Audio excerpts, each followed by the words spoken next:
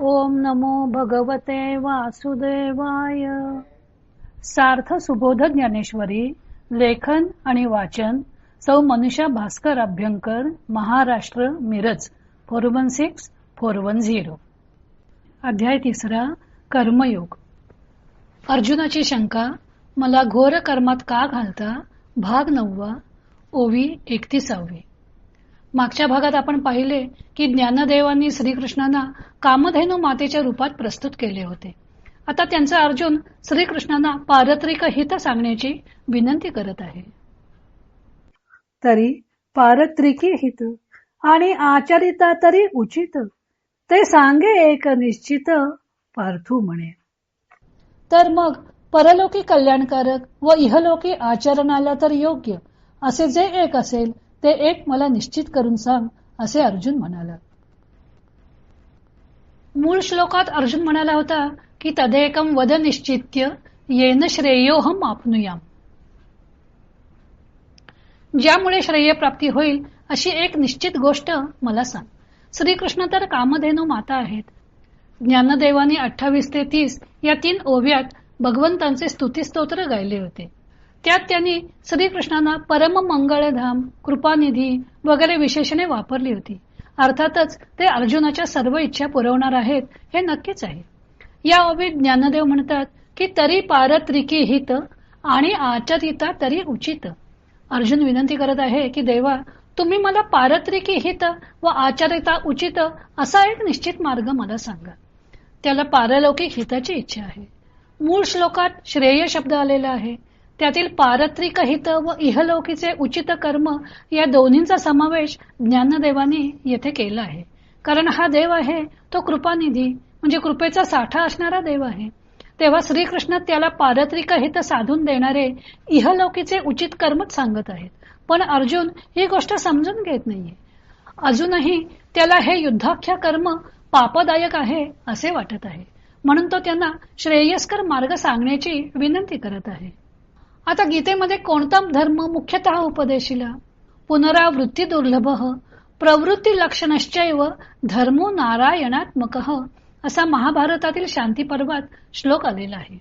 गीतेत वर्णिलेला हा नारायणीय धर्म पुनर्जन्म टाळणारा म्हणजे पूर्णपणे मोक्षप्रद असून तो प्रवृत्ती परही आहे. प्रवृत्ती म्हणजे संन्यास न घेता आमरणांत चातुर्वर्ण्य विहित कर्मे करीत राहणे. महाभारतकारही हा उपदेश प्रवृत्तीपर आहे असे म्हणत आहेत. तसेच यतीनाम चापी यो धर्म सते पूर्वम नृपोत्तम कथितो हरिगीतासु समास विधी कल्पित असंही महाभारतामध्ये एक श्लोक आलेला आहे. वैशंपायनाने जन्मेजयास पुन्हा सांगितले आहे की प्रवृत्ती बरोबरच यतींचा म्हणजे संन्याशांचा निवृत्तीपर धर्मही हे राजा तुला पूर्वी भगवद्गीतेत विधीसह संक्षेपाने कथन केला आहे. मनु, इक्ष्वाकू वगैरे राजर्षींच्या परंपरेने आलेला हा जो प्रवृत्तीपर धर्म म्हणजेच कर्मयोग आहे तो प्रवृत्तीपर भागवत धर्माशी मिळता जुळता असून त्यात अनुषंगानं निवृत्तीपर यती धर्माचं निरूपण केलेलं आहे असे महाभारतातील वरील श्लोकावरून दिसून येतं. पुढे भक्तीशिवाय नुसते निष्काम कर्म व्यर्थ आहे असे वाटून व्यासाने भागवत पुराणाची रचना केली असे त्यांनी भागवतातच म्हटलेलं आहे. या सगळ्या चर्चेवरून गीतेमध्ये प्रवृत्तीपर धर्म मुख्यतः उपदेशिला हे सिद्ध होते. गीतेवर उपलब्ध असलेल्या भाष्यांमध्ये आदि शंकराचार्यांचेच भाष्य प्राचीन आहे. शंकराचार्यांच्या आधी गीतेचा अर्थ कसा केला जात होता ते त्यामुळे कळायला मार्ग नाही. कारण त्या आधीची सर्व भाष्य शंकराचार्यांच्या भाष्यापुढे निष्प्रभ ठरली. शंकराचार्यांच्या आधी त्यामुळे गीतेचा अर्थ कसा केला जात होता ते कळायला मार्ग नाही. पण शंकराचार्यांनी त्यांची जी मते खोडलेली आहेत त्यावरून आचार्यांच्या पूर्वी होऊन गेलेल्या भाष्यकारांच्या मताचा आढावा घेता येतो. शंकराचार्य आपल्या गीता भाष्यामध्ये पूर्वीच्या आचार्यांचे जे गीता ज्ञानकर्म समुच्चय सांगते ते बरोबर नाही असे सांगून त्यांचे मत खोडून काढतात.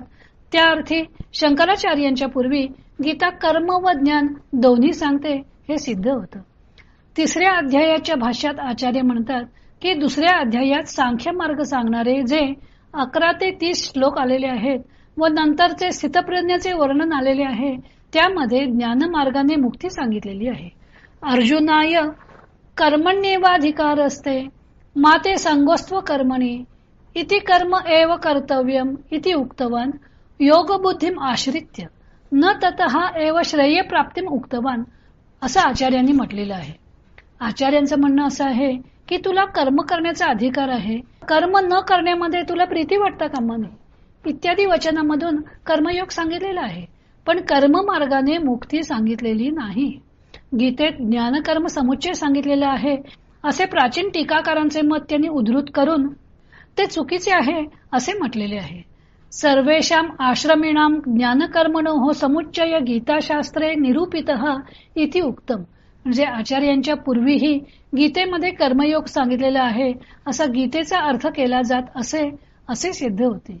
थोडक्यात संन्यासमार्गी लोकांच्या मते दुसऱ्या अध्यायात श्रीकृष्णांनी अर्जुनाला कर्म संन्यासाचा उपदेश केला आहे. हे संन्यासपंथीयांचे मत बरोबर दिसून येत नाही. आता भाष्यकार किंवा टीकाकार काय म्हणतात हे पाहण्यापेक्षा अर्जुनाचं मत काय आहे ते पाहिलं पाहिजे. तो म्हणत आहे की तुम्ही मला युद्धासारख्या घोर कर्मात का नियुक्त करत आहात. त्याच्या या वाक्यावरूनच श्रीकृष्णांनी त्याला युद्ध करण्यास प्रेरित केलं असं दिसून येतं. तेव्हा श्रीकृष्णांनी अर्जुनाला युद्ध करण्यास प्रेरित केले नाही ही कल्पनाच निराधार आहे. आणि दुसऱ्या अध्यायातील 51व्या श्लोकात निष्काम कर्म करून कर्मयोगी आत्मज्ञानी होतात व अनामय अशा स्थानाप्रत म्हणजे मोक्षाप्रत जातात असं स्पष्ट म्हटलेलं आहे. कर्मयोगी कर्माचा नाही तर कर्मफलाचा त्याग करून मोक्ष मिळवतात असे स्पष्ट म्हटले असताना श्रीकृष्णांनी अर्जुनाला कर्मसन्यासाचा उपदेश केला असं म्हणणं हे युक्तिसंगत नाही. श्रीकृष्णांनाही युद्धाचे घोर परिणाम दिसत होते. शिष्टाई करून त्यांनीही युद्ध टाळण्याचा आटोकाट प्रयत्न केला होता, पण आता निरुपाय झाला होता. दुसरी गोष्ट म्हणजे हिंसात्मक कर्माच्या पापापासून मुक्तता कशी मिळवायची, ते कर्म बंधनकारक न होता मोक्षप्रद कसं होईल याचा रहस्य मंत्र त्यांना अवगत होता. आणि अर्जुनाच्या निमित्तानं सर्व जगालाच त्याची शिकवण द्यावी असं त्यांना वाटत होतं. म्हणून येथून पुढे भगवंतांनी कर्मयोगाचे स्वरूप, कर्म करण्याची हातोटी यांचं निरूपण करण्यास प्रारंभ केलेला आहे. तो सर्व भाग आपण येथून पुढे पाहणारच आहोत. आता पुढे श्रीकृष्ण अर्जुनाच्या शंकेला उत्तर देणार आहेत.